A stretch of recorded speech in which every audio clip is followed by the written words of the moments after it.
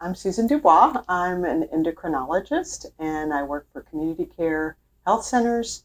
And I support this work. Mary and I have been working together for about 10 years now, working with the Awesome. Texas Drive family. So I'm glad to be here today. Let's take a moment to talk about the care team around our diabetes patients. So, Dr. Dubois, from your perspective, what helps to form a patient physician relationship, and how can a patient work towards leaving a visit feeling informed? I think that the key to any good patient physician relationship is trust. And we have to understand that takes time, it doesn't happen magically. Um, and so I would say that the way that we build trust is to be trustworthy. And so being honest about our feelings and about what we're able to do in the moment helps to build that strong relationship. If we have fears, expressing those. If we have uncertainty. So I think that even physicians can be honest about what things we know help and what things might help and uncertainty. And so I would say that that's the most important thing.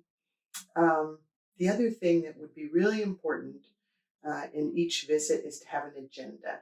What do you want to tell your doctor? Write that down, have sort of an order of what's most important, and make sure toward the beginning of the visit that you tell your doctor, this is really important to me, and do we have time to cover this today? It might be one or two things. The physician is going to have an agenda too. I want to make sure your A1C is better. I want to make sure those agendas often match up. Sometimes they don't. But letting the doctor know at the beginning of the visit what you want to cover is going to help you get that information. And when there's lack of understanding, we need to say, I didn't quite get that. Could you say that in a different way? Okay. So, in addition to like having a agenda in mind during a visit, what can patients do? What can patients bring in terms of information, documents, to make that visit better? We should always have a really good medication list. Your doctors often want to see the actual bottles. Occasionally, there's been a question: Did I get the wrong medication? So actually, having your pill bottle is great. If you're not able to do that, at least taking a picture of the label. Supplements that you have. It's helpful to take a picture of the nutrition label so we know exactly what's in that. And so having a complete list. Any surgeries or procedures you've had? So some patients go to the trouble to sort of type out a medical history.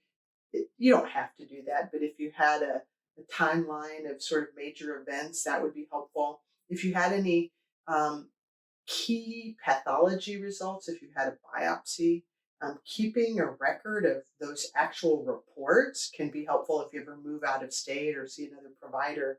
For example, if somebody's seeing me for thyroid cancer, I want to see the original pathology report. A CT or an MRI report. If you have a chronic illness, it's probably worth having a notebook and having some key information because when you go to a new doctor, you can always sign that release of information, but it may take time for those records to come. And if you can have a file, that would be awesome. So, oftentimes, the first point of care for folks who discover that they have diabetes is your primary care provider. So, when would be a good time to consider finding like an endocrinologist like yourself? When would a good time be? I've been thinking a lot about specialty care lately and how that happens both within the primary care medical home and at the specialty office and what should happen where. Because we have a lot of specialty care here at community care and what should we do here and so forth. So, my thoughts are that primary prevention, that is preventing disease, like preventing diabetes from ever happening through learning how to eat healthy and exercise and those things, that should happen in the primary care medical home. Secondary prevention is where we catch diseases early and we prevent complications.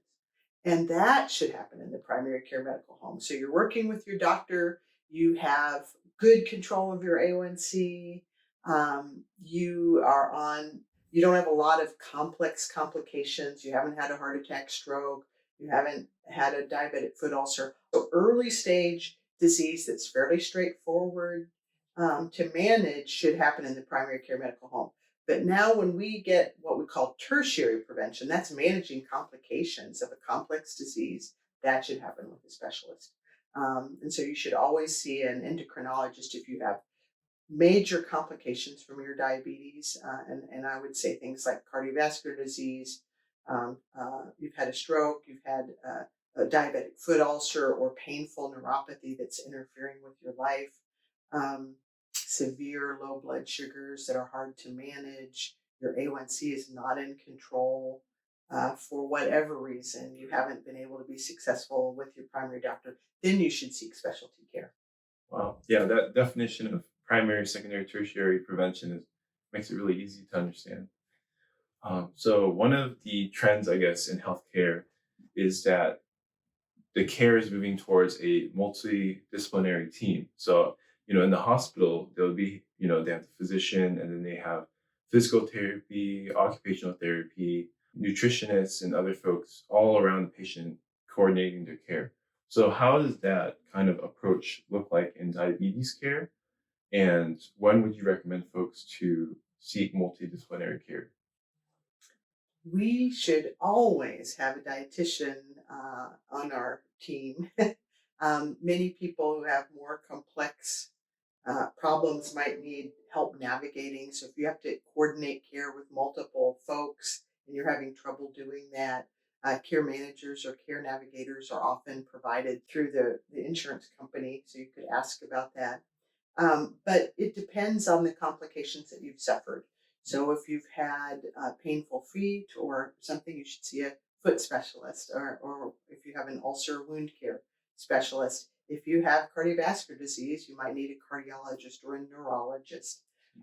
So it depends on the complexity of your disease again as to how big your team is. But it should always include nurses, providers, dietitians, people who can help us exercise safely, perhaps a physical therapist or exercise coach, whatever we can, whatever support we need. And if you're struggling with something, you may not even know the name of the specialist you need to see, but just say, hey, I need help with this. And we can find somebody to help with that.